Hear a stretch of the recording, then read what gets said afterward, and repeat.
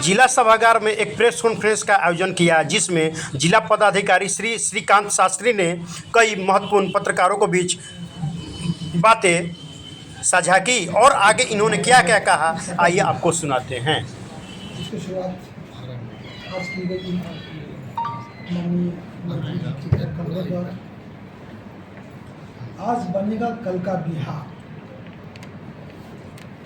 इसका पर्पस है क्या कि हमारे जो टेक्निकल इंस्टीट्यूट के बच्चे हैं या और कोई बिजली वर्ग के लोग हैं वो अपना आइडियाज़ डेवलप करें और इस पोर्टल पर अपलोड करें। किसी तरह का भी हो सकता है, कोई नई चीज़ हो सकती है, तो इसके लिए एक पोर्टल लॉन्च किया गया है आज ही। जितने अधिक से अधिक बच्चे या हमारे टेक्निकल पर्सन्स या बुद्धिजीवी वर्ग नया आइडियाज़ देंगे, उसमें से हम लोग सरकार के द्वारा विभाग के द्वारा सिलेक्ट किया जाएगा और उसमें 1000 लेवल के सिलेक्शन के बाद उनको प्राइज़ भी दिया जाएगा।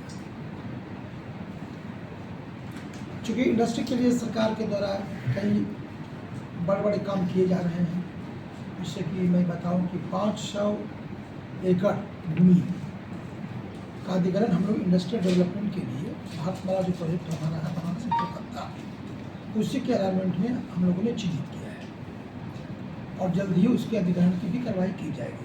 उसमें 450 एकड़ जो भूमि है वो है इंडस्ट्रियल डेवलपमेंट के लिए और 50 एकड़ है इंडस्ट्रियल टाउन के लिए। इसके बाद और भी प्रस्ताव आने की संभावना है। सरकार चाहती है कि एक लैंड बैंक बन जाए अपना पास में, और ताकि जो भी इंडस्ट्रियलिस्ट यहाँ पर इंडस्ट्री लगाना चाहे उन्हें कोई असुविधा नहीं हो। सिंगल विंडो सिस्टम के तहत में उनको अपना इंडस्ट्री लगाने के लिए, अपना इन्वेस्टमेंट के लिए सुलभ रास्ता मिलेगा और सारी सुविधाओं के साथ। उसी तरह से स्टार्टअप इंडिया का बिहार का जो आज लॉन्चिंग किया गया है, स्टार्टअप बिहार आइडिया फेस्टिवल, इसको बोलते हैं बिहार आइडिया फेस्टिवल। बिहार हमारा पहले से है, ये इवेंट होगा था उस इवेंट का नाम है बिहार आइडिया फेस्टिवल। ये आज लॉन्च किया गया है। इसमें है कि 14 जुलाई से 22 जुलाई तक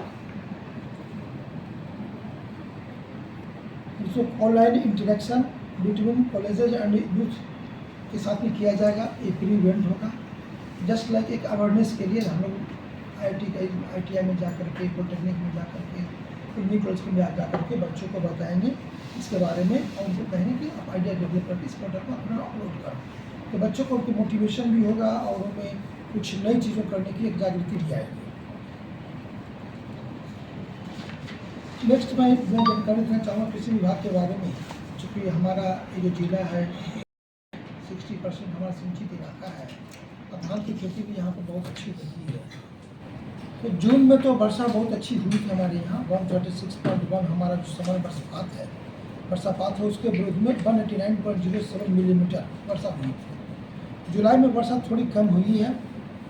जुलाई महीने में जनवरी 323.4 में वर्षा होती है, उसके विरुद्ध में अभी तक जो वर्षा हुई वो मात्र 56.02 mm है। मतलब वर्षा थोड़ी कम हुई है, लेकिन ये डेटा आज तक का डेटा है ये। तो समान वर्षापात से मैं कहूँ तो 61.5% हम लोग कामयाबी है। तो इसी तरह से हमारी धान की भी रोपनी स्टार्ट तो हो चुकी है, लेकिन रोपनी हमारा मात्र अभी 8% ही हो पाया है।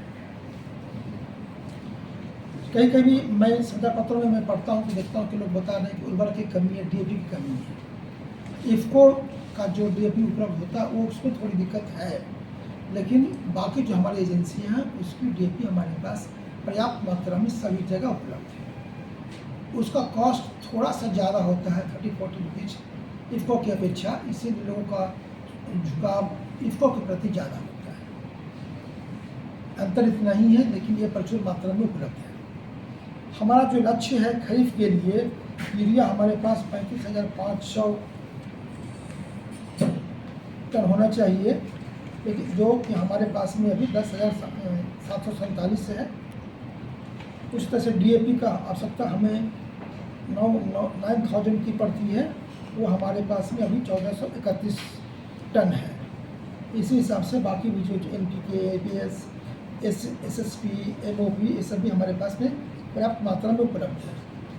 खरीफ बीज वितरण जो करते हैं वो हम लोगों ने 1676 क्विंटल 9,774 किसानों के बीच में वितरित कर दिया है। मुख्यमंत्री तीव्र बीज विस्तार योजना जो है तो उसका भी हम लोगों ने प्रत्येक राजस्व ग्राम से 2 प्रगतिशील किसानों को 90% अनुदान वाला 273 क्विंटल धान का बीज 35 से 50 कृषकों के बीच में वितरण हम लोगों ने कर दिया है। ये कार्य भी ऐप के माध्यम से होता है ताकि पूरी ट्रांसपेरेंसी रहे। बीच में जो हमारा CMR था उसकी अधिप्राप्ति बंद हो गई थी, उसका CMR प्राप्त करना बंद हो गया था चूँकि गवर्नमेंट ऑफ इंडिया के द्वारा उसकी जांच की जा रही थी। जांच हो चुकी है और हमारे पैक्स में पर्याप्त धान उपलब्ध है। अब उसका भी हमारा CMR प्राप्त करना स्टार्ट हो गया है।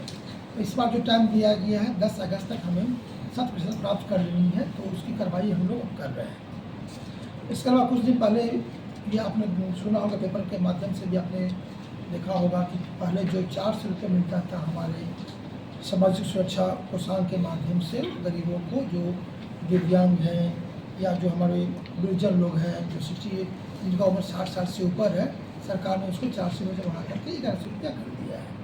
तो इससे हमारे लगभग 3.25 लाख लोग हैं जिससे इस जिला में जिनको इसका फ़ायदा मिल रहा है। और 11 जुलाई को सरकार के द्वारा पहली किस्त जारी भी कर दी गई है और नेक्स्ट मंथ से प्रत्येक महीना के 10 तारीख को उनके अकाउंट में राशि चली जाएगी। क्या तारीख को जाएगी सर? 10 प्रत्येक महीना के 10 तारीख को उनके अकाउंट में राशि चली जाएगी। चूँकि DBT के माध्यम से होता है, सभी के अकाउंट में चला जाता है।